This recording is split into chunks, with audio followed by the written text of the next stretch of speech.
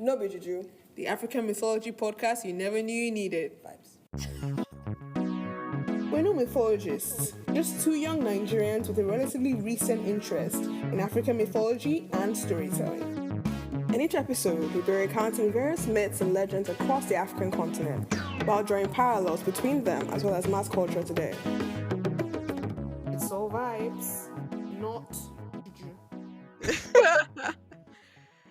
Hi guys. Hello, people. Welcome Listeners. to another episode of No Be Juju. The African Mythology podcast you never knew you Never needed. knew you needed. Or maybe you knew. Maybe you Yes, knew. that's probably what led you here, but But if you didn't know, now you know. now you know. Exactly. Happy New Year. Oh yeah, happy new hey. Happy New Year. How rude of me. How rude of me, guys. No. Happy New Year. Hope you guys are having a fantastic start to the year. Your New Year's resolutions are resolving. Is that what they Honestly, call it? Resolving? Resol. You know what? It's fine. We're not it's gonna. okay. It's okay. I can't really think. Hope you're having a good New Year. Yeah, That's all I have to that's say. a message. That's really what we're trying to get to. That's what we're trying to get to. So yeah, we are just gonna get straight into it. So vibe of the week.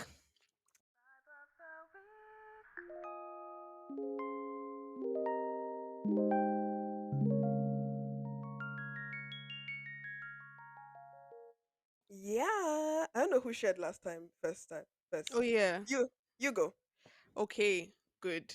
So, my vibe, honestly, in the last few weeks, or actually, I have two vibes, two shows.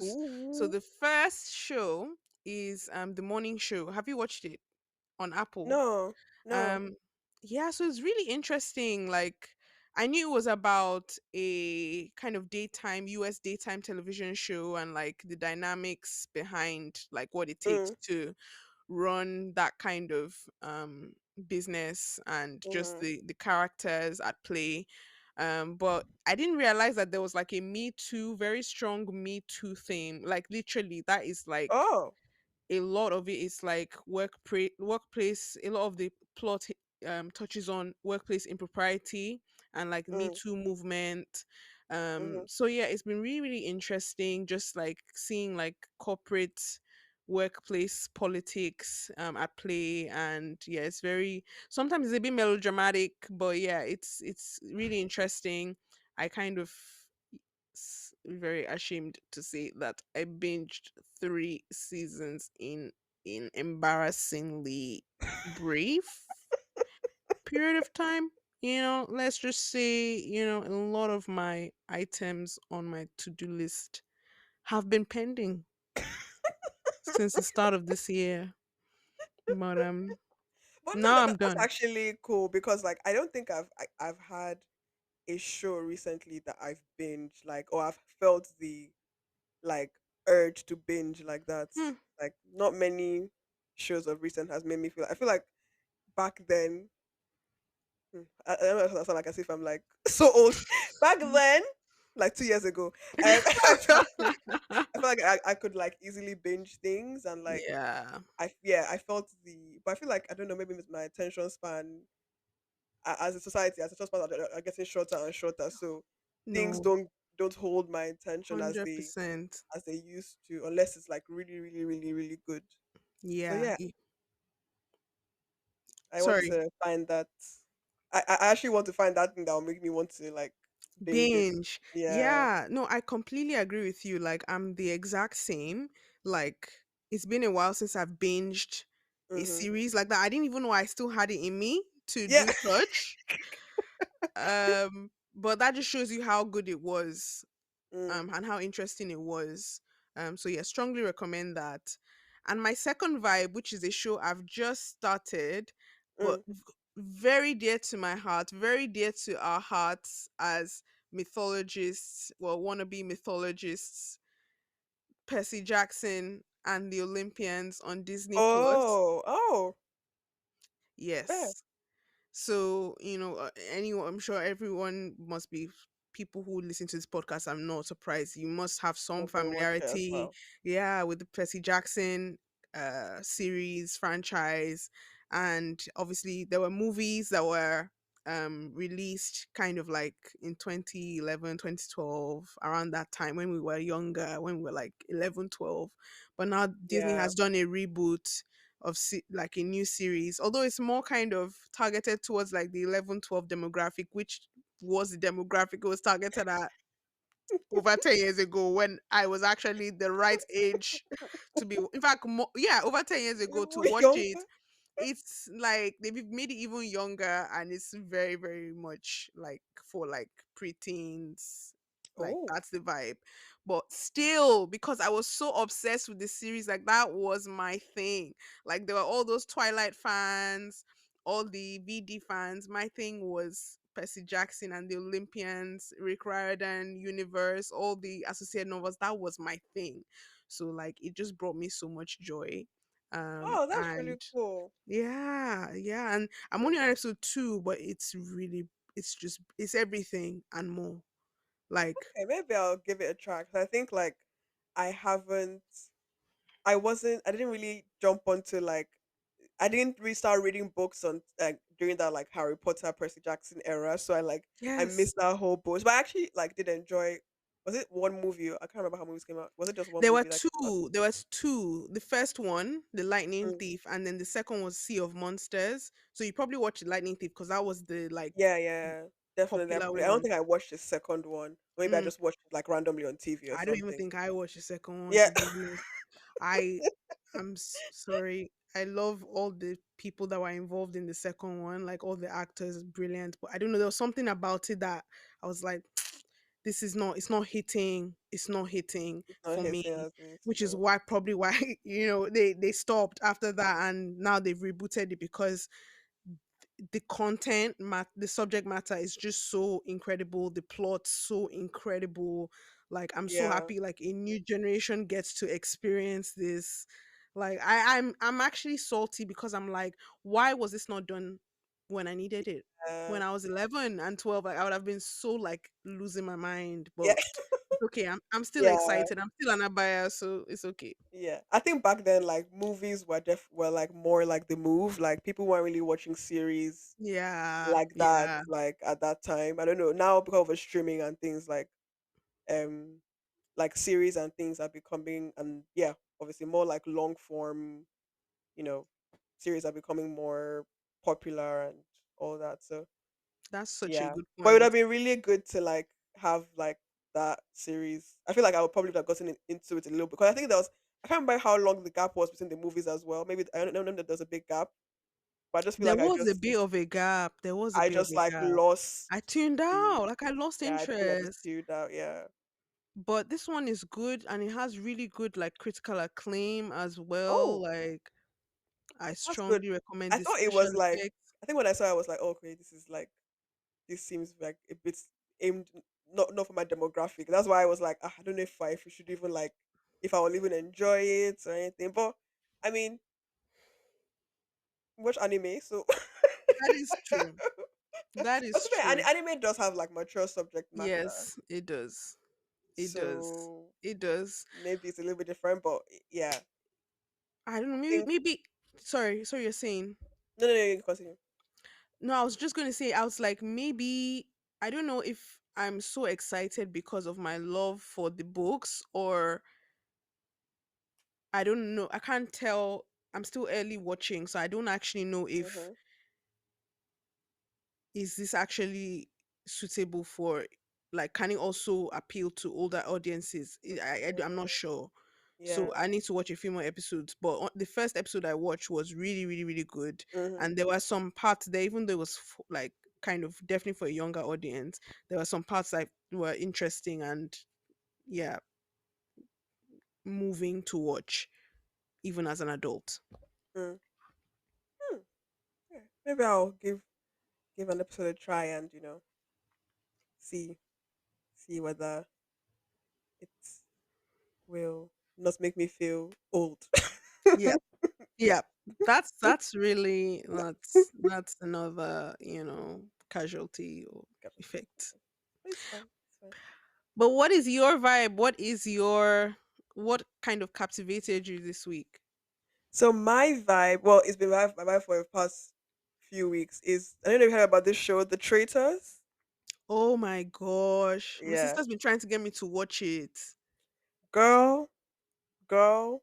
Well, it literally if just finished now, so this season just finished, but Oh my it's gosh. so good. I'm sure you've already know the premise already from your sister, but basically they take these like everyday people from all Mhm. different ages, genders, and Mhm. everything, and they take them to like this like Scottish castle, Yeah. and they're basically competing for money.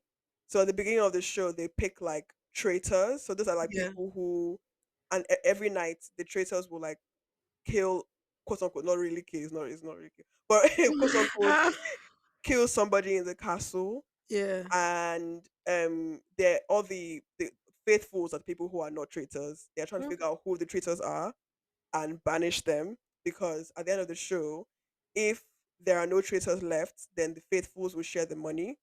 mm. But if there is just like one traitor among them, that traitor will take all the money. And I think it's Okay. about like 100 and something thousand pounds that is up for grabs. Hmm.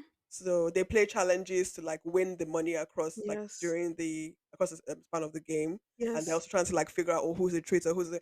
So it's like the premise doesn't sound like. Because in the beginning I was like, oh, it doesn't really sound like that interesting.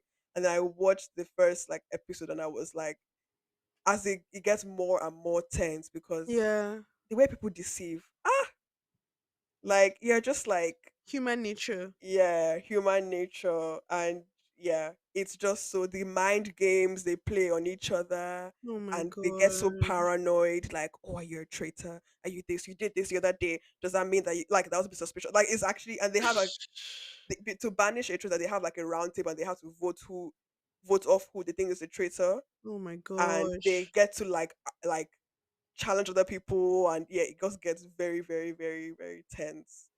Um, So so yeah, so have you watched Squid Game the challenge? no, is it similar? So it's similar, like Squid Game Challenge had some similar elements to it because it's like Mm-hmm. the movie, it's like the series Series. Squid Game. Mm-hmm. So I don't know. I've actually started Traitors. I started the first Okay, episode and I was like, this is good. I don't know if but it it felt gets like better. I was like, I it does. wasn't, No, the beginning it starts off a little it bit was a like bit slow. slow, and they're trying to like Mm, set it up. But yeah, like I think the only thing I would say is like maybe you can like skip past the game, because the games they play are a bit like boring, and it doesn't yeah, really add yeah, anything to the anything. Yeah. But the parts that are like the most interesting are like the round tables, Oh my and gosh. when they're like accusing each other and things like that, Yes. and trying to figure out like who it. And Okay. yeah, the I need betrayal to is give it a crazy. try. I actually need to give it a try again because yeah, I watched I think up to episode 2. So yeah, I will just Hmm. kind of go back and Hmm. watch that because my sister keeps saying you need to get on that, and even I notice even Americans are watching it and it's a Oh, UK show. really? Yeah. Oh, I didn't know Yeah. about that. And I was like, "What?" So it's Yeah, becoming like a phenomenon internationally. So yeah. I think it's worth checking out. But yeah, Yeah. How I knew Squid it Game was Challenge good. was really good as well. How I knew it was good was that like Love Island is also happening at the same time as this, and nobody's even talking about Love Island. People are talking about Twitter. Like, no offense to Love Island, but even yeah, I've watched some seasons, but Yes, it just like people are just talking about Twitter. Like nobody even cares about Love Island. that's Um, insane. so That's yeah, insane. that's how like good it is, and yeah, I need to even watch the first season. I haven't watched the first. This is my first Mm, time watching it, so I need to catch up on the first season, because apparently that was okay. also good as well. But, Wow. Okay, I but need yeah, to give it a watch then. I need to give it a watch. But yeah, it seems like our vibes were very strong this week because yes, we literally spent almost almost. 15 minutes talking just about the vibes, but like that just shows you like the content that's being produced, like some of the level of the content just really captivating and really good. Yeah, So yeah, thumbs up to everyone involved in those productions. yeah, yeah. All very good. And yeah, I'll be trying Percy Jackson. Yes, please, please, please. As if wannabe mythologists, we have to Keep do up these with the things. current. Exactly, exactly. Well, speaking of keeping up with current mythology, well, in media, this episode is brought to you by Sorry, what are we supposed to? Castlevania. Pennsylvania! Woo! You can tell that this is just vibes and we don't rehearse or plan We anything. We are about to nothing. say This is so all very much unplanned. on the spot. But Yes, yeah, guys, we are going contemporary, we are moving with the times. Obviously, this would have been kind of on the money in October, but you know how we are. It's vibes. did it come It out in comes when it October? comes. I don't know when it came out, but I late don't know when it came out. 2023 Okay. probably, but still relevant because amazing series. Ladi, are you gonna talk us through it? Oh, me. All right. To be fair, I was the plug. So, You were the plug. That's what I'm yeah, I like. was actually the plug. You have to talk us through it and just lead us. Because actually, so sorry, I'm still on Yeah, episode yeah. 5 of Nocturne. Or no, or Ah, 7. I think you've seven, not seven. finished it I since. haven't finished it. Sometimes when I really like a series, I hold off on watching the last episode. But then that also means sometimes it can be years until I go back and watch it. So I need to Oh yeah, you finish it. did that for. I can't remember what particular show you did that for. Years Yes. and years and I years. still haven't watched that Whoa. episode. I still haven't watched that episode. What show is that? So that's Agatha Christie's Poirot. Because at the end, Poirot dies, and I was like, I can't do this. Oh, Literally, Paradise. Oh, that's yeah. actually quite sad. Okay, I get it. I get it. So that was in 2015. So we're almost 10 years, and I still haven't watched that episode. Mm. Well, hopefully you get the courage to Yeah, watch it one day. yeah. One day. When you I are hope old and so. grey. I hope so. Anyway, so Castlevania. Well, the one we're talking about is Castlevania Nocturne, which is like a sequel to the Mm, first iteration of Castlevania. So the initial one was basically set in like I can't remember what century. I think it's 18th century. Maybe I'm mm. no, I can't remember what century, but like basically like maybe like 16th, 18th Yes, century, and it's yes. based around like Dracula. Hmm. And I don't want to spoil it, but um the first iteration, which is just like the original Castlevania, is based on like a video game, I believe, like a Japanese, I think a Japanese video game. Let me actually quickly have a little look. Little Based, Lake.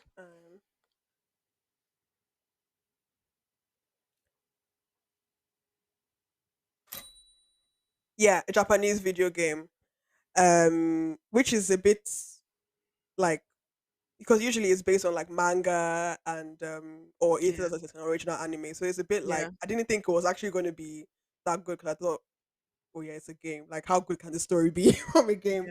But it was yeah. actually amazing. It's basically just like this mythological world of like vampires, and mages, and a lot of like epic battle scenes. The first iteration is actually like very very emotional as well. Like a Mm, lot of, I think I even cried at some point. Like it was really really really good. So the one we're talking about today is Castlevania Nocturne, which is a sequel to that, and it's based on the descendants of um the main character of the previous iteration. hmm.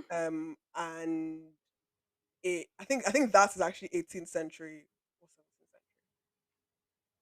But yeah, basically it's like around the era of like is it like French Revolution? Yeah, yeah. So I Yeah, think around that era and also the Haitian Revolution. So I think it is yeah, probably like 18th century. 18th century. Yeah. Seems a bit in line with that.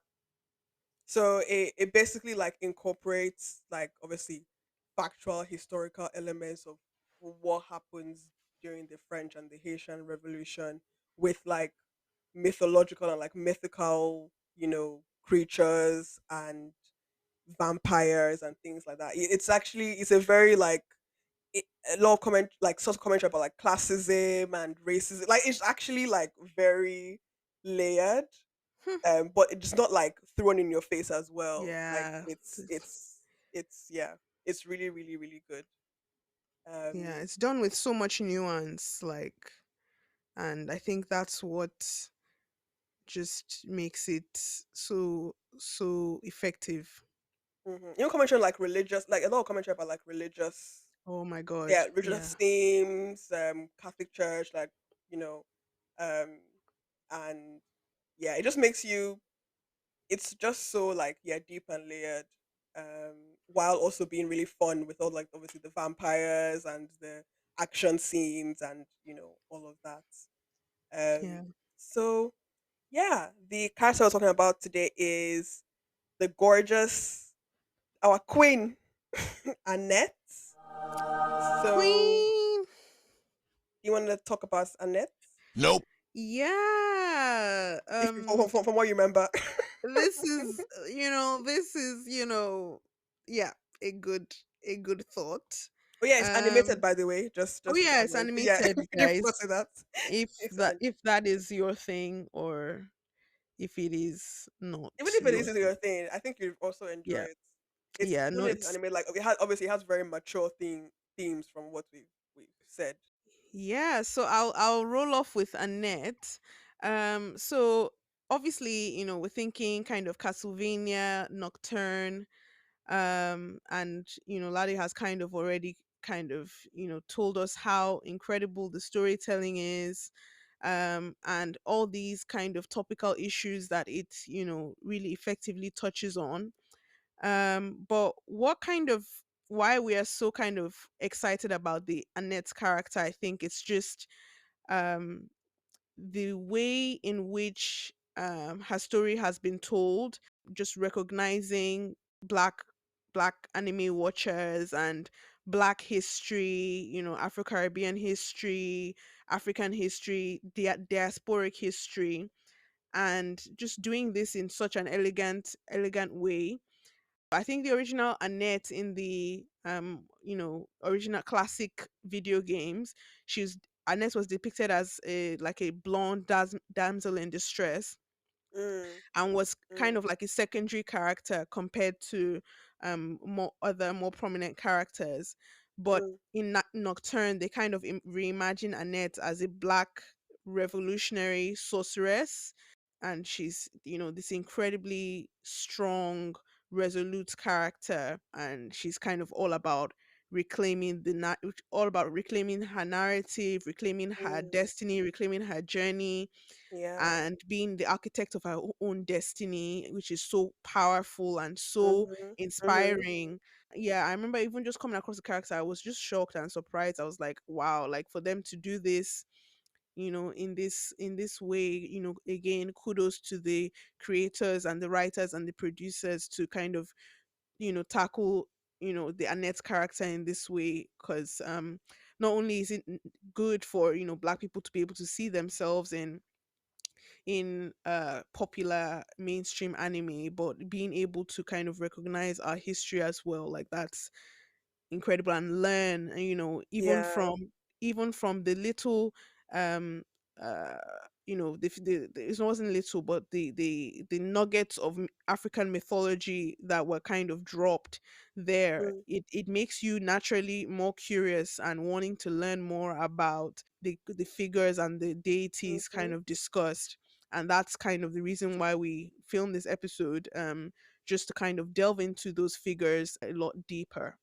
So in terms of like the Annette character, she's like a revolutionary, originally, from Haiti, an active participant in the Haitian Revolution, which was Yeah. like this epic uprising that actually happened. Like it Yeah. happened It really against. happened. It did happen against French colonial Aren't rule. isn't Haiti like the only country that has successfully regained power from like colonialists? Like Yeah, I think, I yeah, they're think that like like one the of the only yeah, few, one the of the only yeah, or one one of of the the few. few. Yeah. Yeah, the only or one of the few, because yeah, and what they did was so epic, but I think it was kind of overshadowed at the time. I think there were a number of other maybe I don't know if the French Revolution was happening at the same time, but obviously they're not going to highlight, the colonialists are not going to highlight that in history that they got defeated Yeah. by, you know, but they are the people that they were trying to suppress.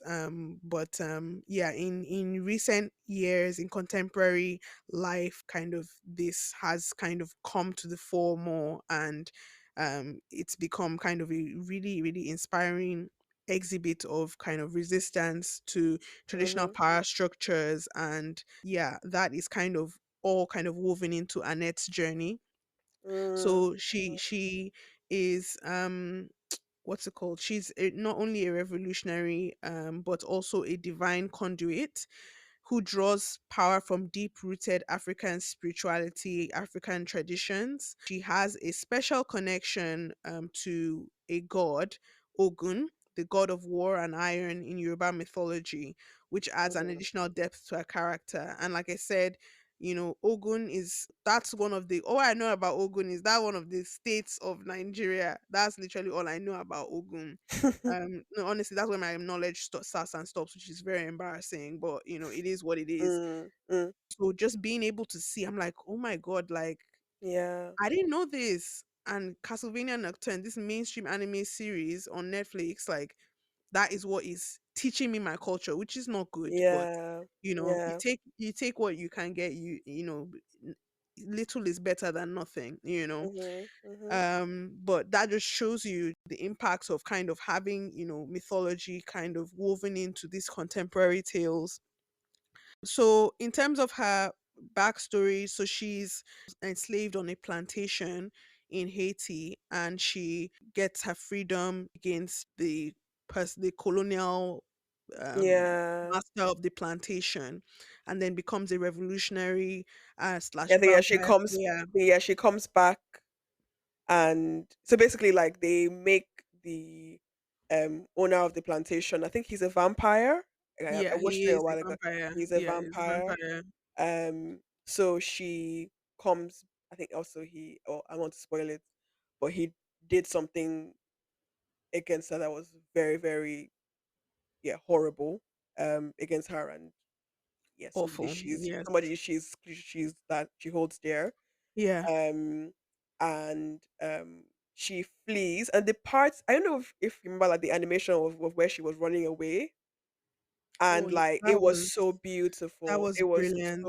it was so I beautiful. can still remember it. Yeah, Mm. in my head, it was like a painting. It Yeah, it was was literally gorgeous. like a painting. It was beautiful. Yeah, I think she then meets somebody who helps her connect to her ancestral power. hmm Um, and she also teams up with another Haitian revolutionary as well, and yes. comes back to wrest away control from the owner of the plantation. And I think, no, she didn't kill him, but She didn't know. she took control. I think he ran away. She Yeah. took control of the plantation from him, and also obviously empowered all the slaves that were working on the plantation as well. Yes. Um, Yes. it was a very, very powerful story, and just the way they were able to like weave that into the storytelling was just so amazing. Like it could have just been like she just forced like a random person and won, but like adding that extra layer was, yeah, very, It was. very moving. Yeah. Yeah. And then on top of that, then also bringing the African mythology, African Mm, spirituality aspect as well, just added that depth to her character. yeah, even her character design, the way she looks as Yeah. well. Like I feel like, no offense to any of that. I mean, maybe a little bit of offense, but I feel like there's this tendency. This is becoming like a this kind of podcast. Anyway, so Let's do it. Let's do it. let's Let's do do it. it. Let's do it. I'm sure our listeners appreciate the Yes. commentary. Yes. And if you don't, well, let's do it. Yes. Yes. I feel like there's this tendency, like when they're like animating black characters, to like make them look a bit like ethnically ambiguous, or I don't know, like their features are, I don't know, just more. I don't know what the right word to say is. They basically don't look black, or they're not allowed to be black. And That's Annette yeah. very much looks like, a Haitian woman, Mm, and her character design is, she's gorgeous, but mhm. I think what makes her even look more beautiful is, the way they've made her so, like, you can literally see her and be like, oh yeah, that's a Haitian woman, or that's like definitely like a black woman, and she's not like ethnically ambiguous or anything. And I think that even made it more, that it was so true to like real life, made it Yeah, even that more like, made, where like you don't realize how much you need to see somebody who looks similar to you. Like you yeah, don't even, I don't even, like you don't even realize until when you see it, you're like, oh, this is yeah, actually really cool. yeah. Um, so like for even like, I don't know, actually it's not really for young kids. I'm gonna say the young kids, like young kids should really not be watching that. That's rated 18. Not for you. But but black people who are watching it, like, I'm sure it was so empowering for them to see Mm, this really, strong willed and powerful character that looks like them. I'm sure it was hmm. very like impactful. Uh, definitely, definitely. You're so right. That's such a good point that you just raised. It was even kind of unusual for me to see that, like to see, how beautiful, beautifully black she was. Like Mhm. there's no like Mhm. there's no question, and it was kind of, it was very like, oh, like I'm Yeah. not used to seeing that in Mhm. mainstream kind of Mhm. animation. So yeah, that was a pleasant surprise. Yeah. So today we're going to be talking about uh the two of the deities that Annette refers to or talks about or calls upon fairly frequently during the show. So I think she's said to be descended from the Orisha. So you said Ogun. I think also she's meant to be Ogun on her father's side and Yeah. Orunmila on her mother's side. Hmm. And she calls upon um Papa Legba um a lot as well when she's trying to get access to her powers and things like that. So Yeah. we thought we'd talk about two of these deities in this episode. Yeah, yeah. And like we said previously, as we're kind of, explaining these about these figures to you, we're also kind of learning, because as I said, all I knew about Ogun was Ogun State. Definitely. Yeah. I know nothing more than that. I didn't even know what was his thing, like what is he the god of, which is not great. But that is Hmm. why we have this podcast, and Yep. yeah, let's get into it. Hmm. So I'm gonna start off with Ogun. So Ogun holds a significant place in several African religions, including Yoruba religion, Haitian Voodoo, and West African Vodun. So Hmm. in Yoruba tradition, he is considered a primordial Orisha, the god of war and metals, often referred to as the god of iron. So in terms of like in reaching back into Castlevania, so that was like Annette's kind of special power, being able to manipulate metals and rocks, create various weapons, as a result of that, which was really, really cool. Hmm. I'm not even sure why they even chose the choice of Ogun as well is interesting, but let's probably, as we delve deeper into his character, we'll understand why he was Mm. chosen to be the god that they would that Annette has this, divine connection to. In terms of like stories about or background, just a brief like background to who Ogun is. Yeah. So he is not he's kind of like a warrior, obviously being the god of war. But in some traditions, it's also believed that he cleared the path for other orishas to enter the earth using a metal axe. And this is kind of commemorated in one of his praise names, which is called Oriki in Yoruba tradition, which is Osh. Oh my God, guys, I think I'm made. Okay, say I'm just gonna say it because I think my pronunciation will be awful. Just do it. Oshin Rip the band. Imole.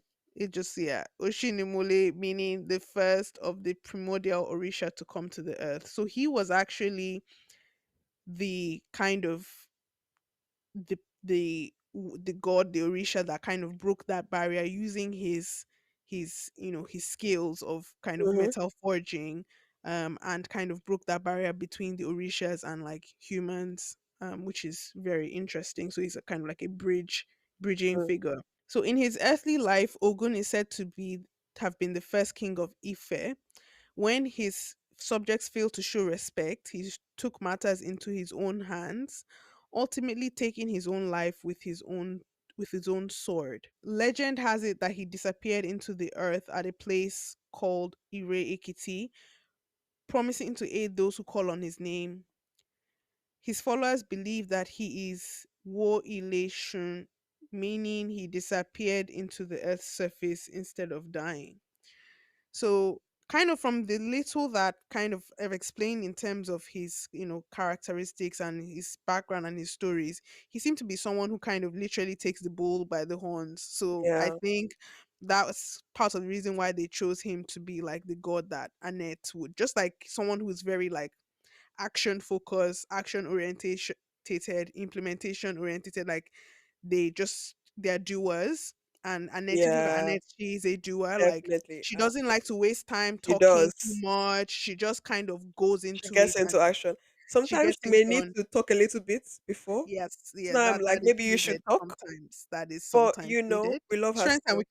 strengths and weaknesses, and that's why mythology is so interesting, because a lot of these figures, they're not kind of like perfect figures. Like they have Yeah, they're quite strengths and nuanced. weaknesses. They're very nuanced. They're just very similar to humans. Like we're not perfect. Like we all have our strengths and weaknesses. So I think that's even what makes it easier to kind of draw from these myths and kind of implement them, or include them in contemporary stories, because their kind of shortcomings are so human, and so kind of relatable. Mm, So definitely. today, Ogun is celebrated in Ogun, Ekiti, Oyo, and Ondo states in Nigeria. Sorry, I'm assuming that you guys know where No. these places are.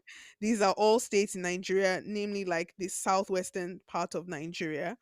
His followers, who are devoted to him, consider him the traditional deity of warriors, hunters, blacksmiths, technologists, and even Oh. drivers in the Yoruba region. Yeah, there's this like kind of innovation, kind of like slant to his character Oh. and his personality. Um, and followers of traditional Yoruba religion swear to tell the truth in court by kissing a piece of iron in the name of Ogun, showing the deep reverence to this powerful deity. Mm, Symbols associated with Ogun include iron, dog, palm frond, each representing Ogun's role in transformation, mediation, and function. Iron is considered his primary emblem, and a lot of his ceremonies and altars display iron mm-hmm. objects. So, actually, one thing I did not mention in the initial story, because I think just like as a tidbit. So, when he cleared the path for the other Orishas to enter the earth, he used an axe and also a dog. But I thought the dog was a bit random to mention. Yeah, that But is random. I don't know how he used this dog to do that. But they said he used a dog. Maybe the Oh, dog was sniffing some human stuff. I don't know what's okay. going on. But Funny enough, a dog comes into this when comes up again when I talk about Papa Legba, which is very strange. They have this in common. Dogs are the so ultimate random. companions. Honestly, they really are. They really are. Um, okay, so like I said, Ogun is venerated in different African religions, including Dahomey religion and the Ewe religion. So in Dahomey religion, Gu is the Vodun of war and a patron deity of smiths and craftsmen, so very similar to Ogun, which is very interesting, but probably relating to kind of kind of like migration and demographics Yeah, and geography and Dahomey mythology is kind of like Senegal and kind of West Africa. Well, oh yeah. Senegal, I think Senegal, West Africa, no Senegal is Central. West Africa. Yeah, yeah. So West African exactly. Mm. So very interlinked with us. So that makes sense. Just like as they migrated, they kind of changed things a bit, but it's like this the same thing. Interestingly, Dahomey also comes up my in Wow! mine as Wow! well. Wow! So Very so cute. many intersections. So many parallels. Mhm. So yeah, so another thing about Ogun, so obviously I've talked about kind of how he's a bit about, the Yoruba, element to him, kind of how Mhm. he's venerated in Yoruba traditional religion. He's also kind of venerated in Afro-Brazilian tradition of Candomblé, but they Ooh. call him Ogum with an M. So he's known as Ogum in the Ketu, Ijexa, and Efon nations. He's syncretized with St. George in Rio de Janeiro and Rio Grande do Sul, and associated with St. Sebastian or St. Anthony in Bahia. So he holds a central place in that tradition. He's also associated with iron and the earth, similar to kind of Yoruba mythology.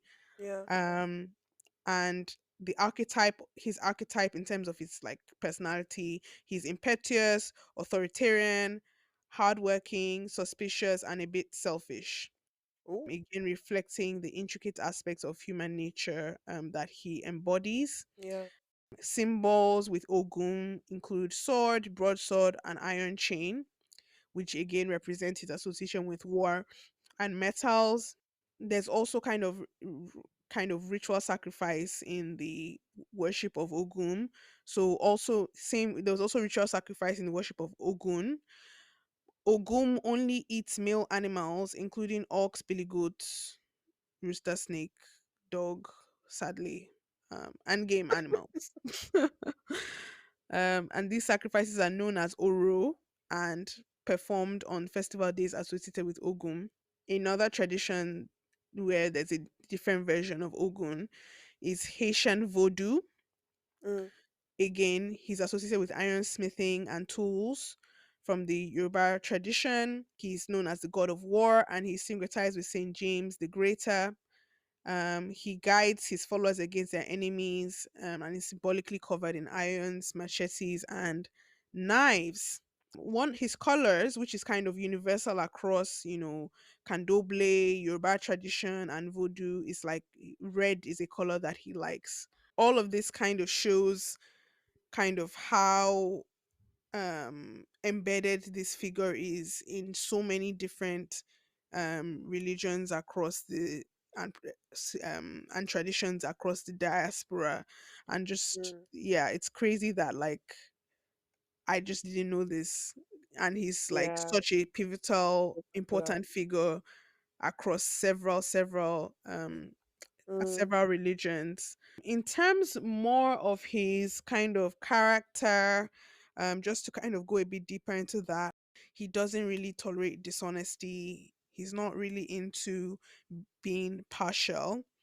But he also kind of is like I said previously, he's very protective towards his followers, hardworking and determined, and he's the go-to deity when faced with tough tasks or obstacles. Again, that is so Annette. Like, Yeah. Everything. yeah, Everything is just Annette. Like Annette is very much like black and white. Like she's like, this is right, this is wrong, this is what I'm gonna do, this is what I'm not gonna do. And really anybody who stands in her way is an obstacle and she's gonna get yes, rid of that obstacle. she Like will. She really will. She really yeah, I will. think literally the first scene that we see of her is like her basically giving a how-to guide on how to do a revolution I think they're planning the French Revolution at the beginning of the series, and she's Yes. literally just finished, her quarter, the Haitian Revolution. She's like, "Hey guys, so this is what you're gonna do. This is step one, step two, step three, and this is how you're gonna get Step your 1, freedom." step 2, step yes. These are the tools. Might sign up to my master class, for 69.99 No. how to set up a revolution. So intriguing. But yeah, another interesting story of Ogun that kind of, you know, sheds light to the complexity of his personality. There was like this tragic tale of him being tricked into killing his own children by none Oh, other than our resident African trickster Ishu. ah, Ishu be doing some things, which no reveals that issue. yeah, sometimes Ogun's passion and intensity can blind him to reality, which we saw in Castlevania, like Annette, like you mentioned as well. Like sometimes she's so like go, go, go, go, go. She's so Yeah, like, this has to happen. I want this to happen. This is justice. This is truth. This is how things should be. And she rushes into things sometimes. yeah. And yeah, that She can has no sometimes patience. no yeah, and that can I think, yeah, sometimes she get into gets trouble. so passionate, Yeah. and then yeah, she acts very quickly. She also, yeah, like I said, doesn't want to waste time, you know, with talking too much. She's like, we have to do something now. Yeah. And obviously with every character, and with obviously with all these African deities, we found out that they have their strengths. So I mean, obviously there are times in life where like being an action focused person is what we need. But obviously there are other times when that might not be the best thing to do. So it's all these deities, like, yeah, they're always like very like Yeah. So double edged true. personalities. So true. So earlier on, I mentioned that there was this myth about how Ogun withdrew from the world. So kind of, it said that he kind of sunk into the earth. And the Mm. reason for that was because he was intensely disappointment with humanity's behavior. He felt like Oh. despite providing tools for survival like farming and hunting equipment, people misuse them for violence and war. And the withdrawal had serious consequences. Progress halted, and the world plunged into darkness without his guidance on Mm, like technology. Um, mm. so obviously, like that's kind of very very interesting. I actually didn't mention another really. I know I said we spoke on several vibes of the week, but this kind of puts me back into one recent anime that I watched that actually you it was you that recommended it to me. Pluto. Oh, is it Pluto? Oh, I haven't actually Plut- finished it yet. Pluto is just brilliant. I don't Pluto has taken me to places that I didn't know I could go. Yeah, Pluto is I essential finished it. watching. I haven't finished again because it's Yeah, so good. Like I just have episode 8 yeah. to finish. That's Mm. just the last one. Oh, you've got farther along than me. Yes, Pluto is Mm. incredible. Pluto is incredible. Um, and I think why I'm bringing up Pluto, one of the characters in Pluto, one of the robots in Pluto, Epsilon, kind of similar kind of vibes, Epsilon was this powerful kind of weapon of mass destruction tool, but there was this also kind of softer side to him, which was very much about kind of healing the world, making the world a better place. Mm-hmm. And even though he was this powerful tool of war, as Ogun is this powerful tool of war, just because these people have these characteristics and have this potential, doesn't mean that they want to use it because obviously there's a lot of consequences of war and there's a lot of Yeah. um kind of really really really devastating there's a devastating impact anywhere Mm, where there is war. mm, So just because he's the god of war, known as the god of warriors, because obviously he's providing all these tools and weapons which people are using. But he's providing these tools and weapon. Iron we use here for war and stuff, and for to make weapons and all things. But we also use these tools and metals for crucial aspects. Different everyday items. Different technology that enables us to make our lives easier.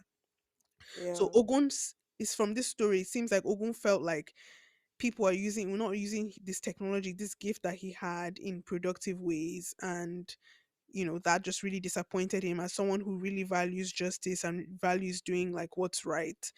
Yeah. It just kind of it really disappointed him. Mm, yeah, like senseless violence. So yeah, things like that. Like, Yeah, and that withdrawal also emphasizes kind of the like you mentioned, this double-edged nature, not only to his character and his personality, but also like tools, the duality of mm, tools. You can use tools to build, and you can use them to destroy.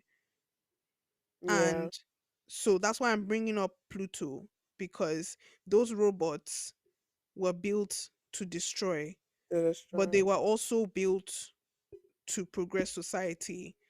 And Yeah, the focus obviously, was lost yeah, the focus along the was lost way. along the way. Exactly. That's a brilliant way of putting it. Mm, That kind of just kind of sums up Ogun, someone who is a very resourceful deity, a very productive deity, and also a very impact driven, passionate deity, with very kind of set in stone characteristics. I would say out of all of the mythological figures that we've described, he is kind of one of the most consistent, because all of the sources are basically just like saying the same thing. It's very, very yeah, that's why I noticed when you were talking. yeah, even across diasporic across several seas, we have Brazil, we have the Vodun, the Haitian Vodun, and it's the same story. It's the same Mm, characteristics. It's the same mm, traits. So he's one of the kind of more straightforward deities, which is actually very refreshing, because I think yeah, sometimes we when need a yeah, bit what you more. see is what you get. Yeah, we need a bit more of that in everyday life. There's so much complexity. There's so many grays, but like you said, there's he's very black and white. Mm, wow, yeah, that is very. I think yeah, definitely. I think that shows like the strength of his like character and also his representation. That he was able to go to all these different countries and still the essence of him still remains the same throughout.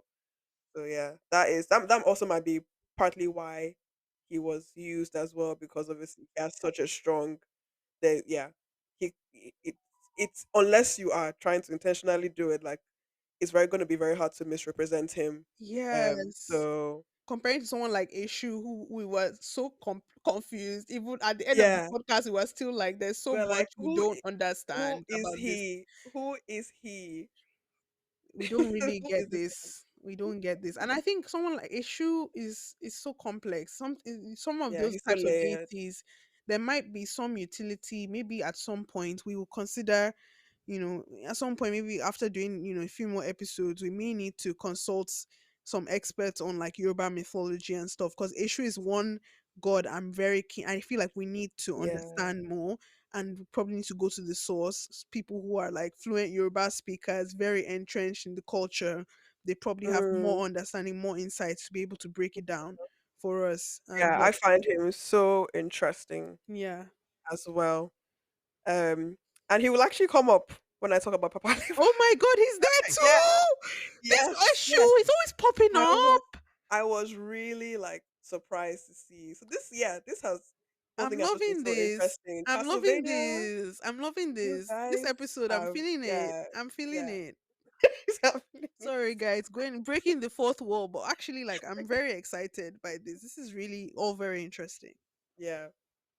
Okay, um so Annette often calls on Papa Legba, and usually she calls on him when she's about to like go into battle or when she's about to go into a fight.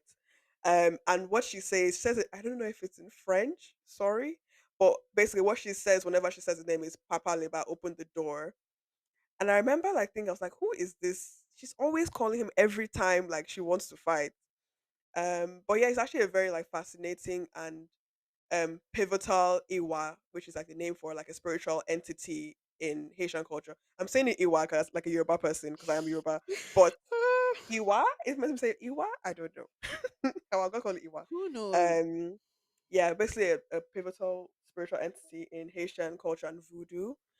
Um, and Haiti's. vibrant blend of cultures gave birth to their unique belief system, which fuses like Catholicism and African tradition. So it's quite a very interesting mix. Like I think I was talking about in Brazil as well. They had that Yeah. like interesting mix as well, Yeah. where Ogun was just like a lot of like saints and things, and then we see Yes. the same thing here as well with Papa Legba. So he stands at the crossroads and serves as an intermediary between humans and other Iwa, which is why Annette calls on him to access her ancestral power. So basically, she's basically just saying, "Yo, well, sorry to disrespect any directions."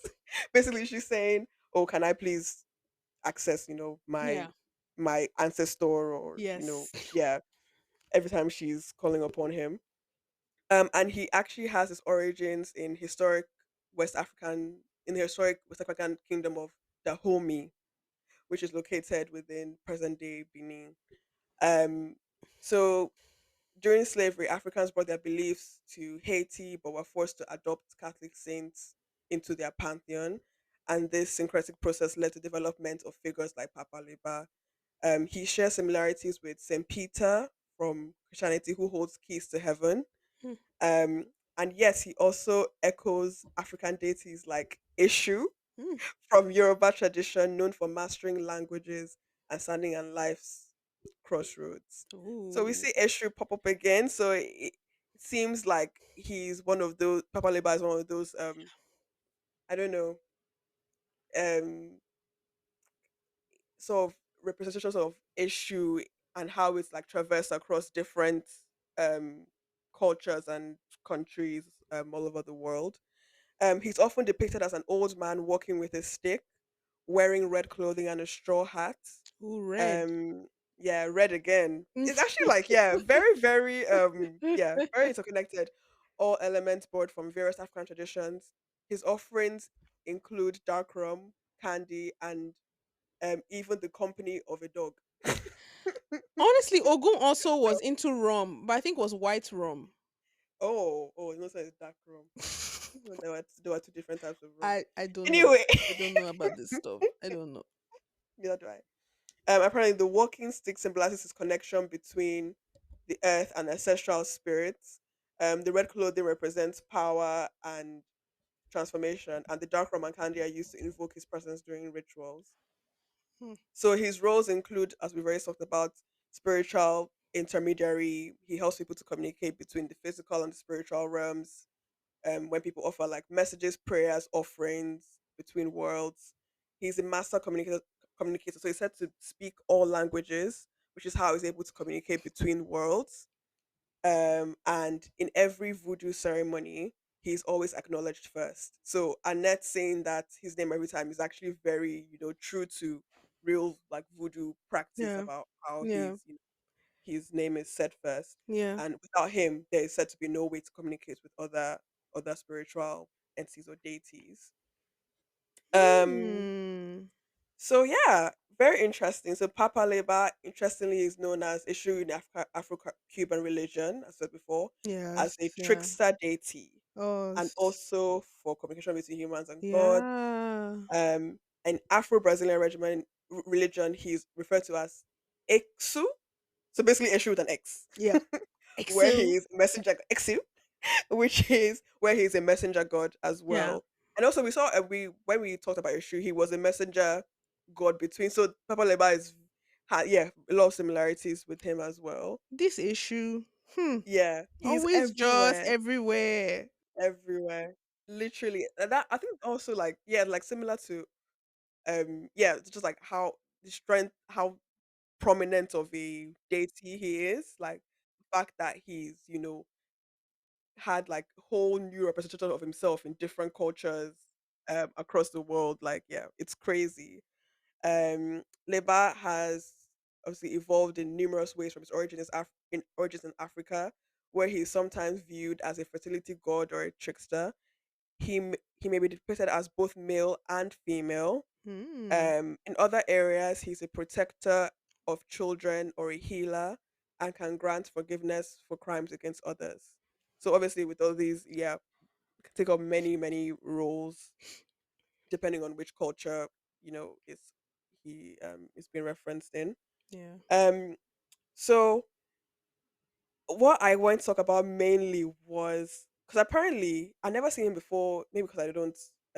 Maybe I need to watch more African mythology related things. But I'd never really seen him represented in media. But apparently he's had quite a few um, appearances in various media. And that's what I want to talk about because actually I found a few very interesting things. So he appeared in American Horror Story, and there was a bit of a an upset the Haitian community about the way he was portrayed. Um, when I actually, if you guys want to look up American Horror Story Papa Legba, when you see him, he is portrayed. I think 'cause obviously it's a horror series, so they're trying to make, but he's portrayed as very like terrifying, scary, and whereas like his role is really not is quite like he's actually like a helper, like with the way he communicates between the spirits and you will see Earth as well. Um, so he was quite misrepresented, so apparently, in American Horror Story, he's inaccurately portrayed as demanding the sacrifice of a human infant. Yes. Oh my So gosh. as you can see, that can be quite terrifying. I can give you like a wrong impression of who he actually is. That's very much a Yeah. misrepresentation of him. And somebody, yeah. So there was like a lot of like uproar about that, in Yes. the Haitian community, obviously. And apparently, the way he was depicted is actually um the appearance of like another deity who is called Baron Samedi. Hmm. Um and he's the Iwa of the dead, and yeah, basically he's known for kind of being like gatekeeper of like the afterlife. And Papa Liba was inaccurately represented as him Hmm. in this. So as you can see, not all forms of media do it as well as Castlevania. Yes. Castlevania did, which is Yeah. why we are so excited about this. Yeah. And he's kind of seen as like a demonic figure Oh in my gosh. American horror. Yeah, in Well, the isn't that the American, same thing which with is very issue. Yes, which yeah. is very similar to issue. So it's very interesting how they've somehow ended up at the same conclusion, even if they've been named completely Hmm. differently, and yeah, it's very very interesting. And then people were saying it's a double-edged sword because okay, one, yes, it does misrepresent him, but it's also like, does it also spark curiosity in people Hmm. as well to look into it? But I was just like, I won't get what you think because I'm not really sure because they always say like all press is good press. for, But but I some don't press know. can like put you off. Like Yeah.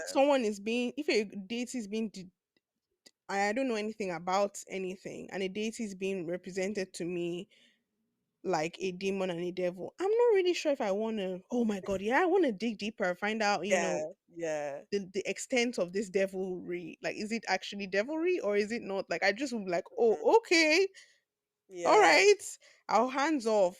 But if you kind of, like just like Castlevania, the nuanced portrayals that they were able to deliver, leaving kind of like open interpretation and not trying to wholly demonize like these figures, I think people are more likely to, do research on something they find Mhm. interesting, curious, they're curious about, but like it doesn't seem completely like evil and completely like horrible. Like I don't know if that's just me. Like I know personally, like if I watch that, I wouldn't be like, oh yeah, Oh I my god, want let's to. learn more. Let me learn more. Like I don't know if I would. I don't know if I would. Yeah. Yeah. I get what you're saying. Yeah, especially with the demanded sacrifice of a human infant. It's like, That's why? just crazy. Why That's you crazy. guys why are you guys doing this? And another, this one obviously probably will be less known. So there is this blues guitarist called Robert Johnson. It's like, I can't remember what era. I think it's probably like 20th century, 19 something. Mm. I don't know what era it's from. But basically, it was like a popular book guitar. I think he had like a movie made about him as well. And he has this song where he talks about getting to a crossroads, Mhm. somewhere in the Mississippi Delta, and he sells his soul to the devil to become a great guitar player. Um, and it is said that that devil was actually meant to be um Papa Legba. Oh my god. Yeah, Oh my because Papa Legba god. is known as a crossroads deity. Yes. But why are And you calling him devil? again, we see this happen. It's demonization So, of African traditional religions. That's what it is. If we're being honest, yeah, that's what yeah, it and is. that's why I really liked Castlevania as well, because it didn't portray any one power as like good or bad. It was all about the people and Yeah. their own personal motivations. Yeah. So if you were like, just like in life, if you were a good person and you had powers, you would use it for good. And if you were a bad Yes. person, you had powers, use it for Bad. bad. It is what it is. It is what it is. There was always a motive. It's not just the tool in itself or the power in itself. It's how are you utilizing that? What is your motive? What is your purpose? What is your plan? That is going to implement how it is used. So it goes back to the person and the character of the person, as you've so greatly said. Yeah. So yeah, that was very interesting about Papa Leba, and just somehow stumbling on issue again, looking into him, and yeah, it's just I amazing I how love that. somehow ended up at the same. Like, how did issue end up being devil and Papa Leba also end up being devil as well, despite Yes. traversing continents and like Yes. it's crazy. Yes. Oh my god. Wow. I really enjoyed this conversation. And I love how it's reaching back into a kind of drawing parallels with some of our, the most interesting figures that we've kind of Hmm. Hmm. looked into.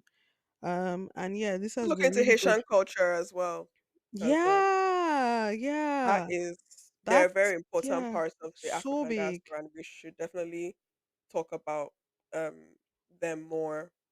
Because yeah, they also have very interesting things and just parts of our culture that to talk about. So Definitely. yeah, it's and also Haiti, because obviously they wrestle control from the colonizers. Like they actually managed to maintain a lot of their culture and stay true to a lot of their culture. Hmm, So that even makes their, the way they represent obviously these deities very true to, or very close to home, or very true to, the quote unquote origin or original. Um, so yeah,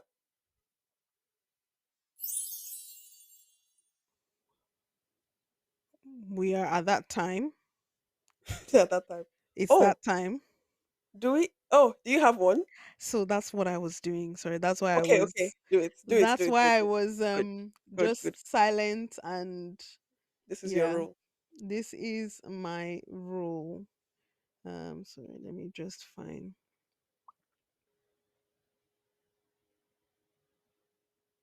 Do, do, do, do, do, do, do, do, do, do, do, do, Do, do, do, do, do, do, do. do, do, do, do, do, do, do, do, do, do, do, do. This probably will end up being cut out. It But will. It definitely will. It definitely will.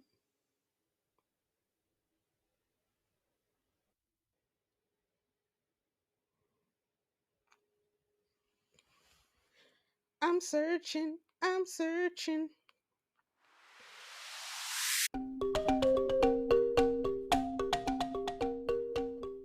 Okay. So I'm going to give it's actually not a Yoruba proverb.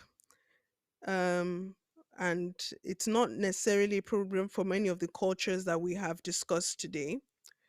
Mm-hmm. Um, so it's actually from the Igbo culture, and I'm going to Mm. try and pronounce it in the Igbo language. So Igbo people, please Have bear. mercy. Yes, exactly. Ife Kulu, Ife Akudibe. Yeah. No, I'm not laughing. I'm not Okay. laughing. I Okay. wasn't laughing. I probably can't pronounce it either. Okay. And so it means when one thing stands, something else stands beside it. Hmm. We'll leave you with that. Yes, exactly. We don't like to offer our Exactly. thoughts Yeah. on these things Yeah. because we may not have any. I Yeah. mean, because we want you to have your own thoughts. That's what I meant to Exactly. say. Um, Oh my gosh. Anyways, guys, thank you for joining us on Nobi Juju, the African Mythology podcast. Hope you have a splendid week. have a good week or month or year. Bye.